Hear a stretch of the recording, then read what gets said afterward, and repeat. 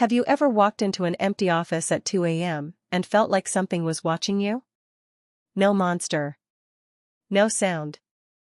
Just a hallway, a flickering light, and a feeling in your gut that something is wrong. Here's the unsettling part: your brain is lying to you right now.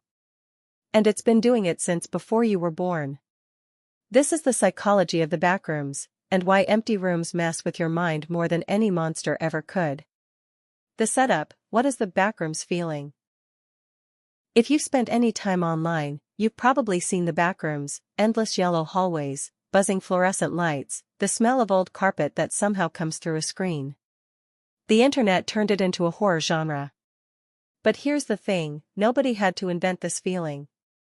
Almost everyone already recognizes it. An empty parking garage. A hotel hallway at 3 a.m. A mall after closing. You felt this before the backrooms had a name for it. So the real question isn't why is the backroom scary? It's why does your brain already have a file open for this exact kind of space, and what's actually happening inside your skull when you walk into one. Mechanism 1: Pareidolia and threat detection. Your brain did not evolve to relax in silence. It evolved to survive. For most of human history, an environment that was quiet, empty, and unfamiliar usually meant one of two things: either you were somewhere safe, or you were somewhere a predator had already cleared out the noise before it made a move. Your nervous system doesn't take chances when it can't immediately explain a space. No people, no clear source of sound, patterns that repeat a little too perfectly, it defaults to threat mode. That's a real, documented function of the amygdala. When there's ambiguous sensory input, it errs on the side of assumed danger rather than assumed safety, because the cost of being wrong about danger is much higher than the cost of a false alarm. This is closely tied to something called pareidolia. Your brain's tendency to find patterns, faces, and shapes in random or ambiguous stimuli. It's the same reason you see a face in a wall socket or a figure in a dark closet. In an empty liminal space, your brain is scanning constantly for something: a shape at the end of the hallway, a shift in the light, and sometimes it finds something that isn't there. That flicker of dread you feel in an empty room isn't irrational. It's a very old survival system, running in a modern space it was never built for. Mechanism 2: False memory and reconstruction. Here's where it gets stranger. It's not just that these spaces feel wrong in the moment, your brain will actually rewrite what you remember about them afterward. Memory doesn't work like a video recording. Every time you recall a memory, your brain reconstructs it from fragments, and each time you do that, small details can shift, get added, or disappear entirely.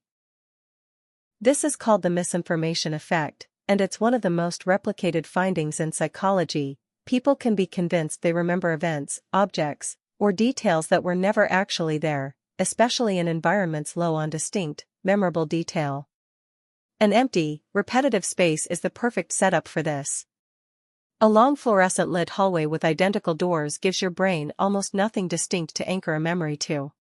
So your brain fills the gaps with a sound that must have been there, a door that must have been open, a feeling that someone must have been nearby. This is part of why people who spend time in genuinely liminal spaces, abandoned buildings, empty offices, long institutional hallways, often report memories that feel emotionally real but factually inconsistent. It's not that they're lying. It's that their brain built a memory to match the dread it felt, rather than what was actually in front of them. Mechanism 3: Derealization. There's a clinical term for the deeper version of this feeling, and it's worth knowing because it shows just how real this experience actually is.